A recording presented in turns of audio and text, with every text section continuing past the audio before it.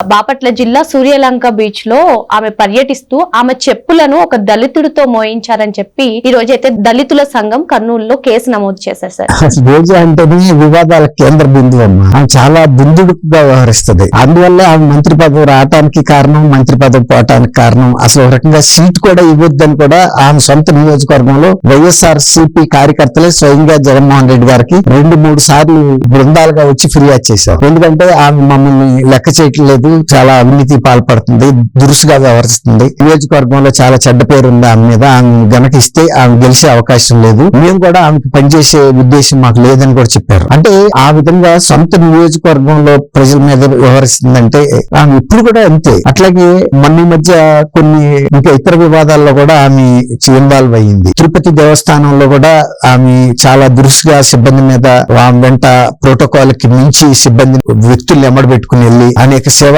కార్యక్రమాలకు ఉచితంగా దర్శనం ఇప్పించి వాళ్ళ దగ్గర డబ్బులు వసూలు చేసిందనే ఫిర్యాదు ఉంది.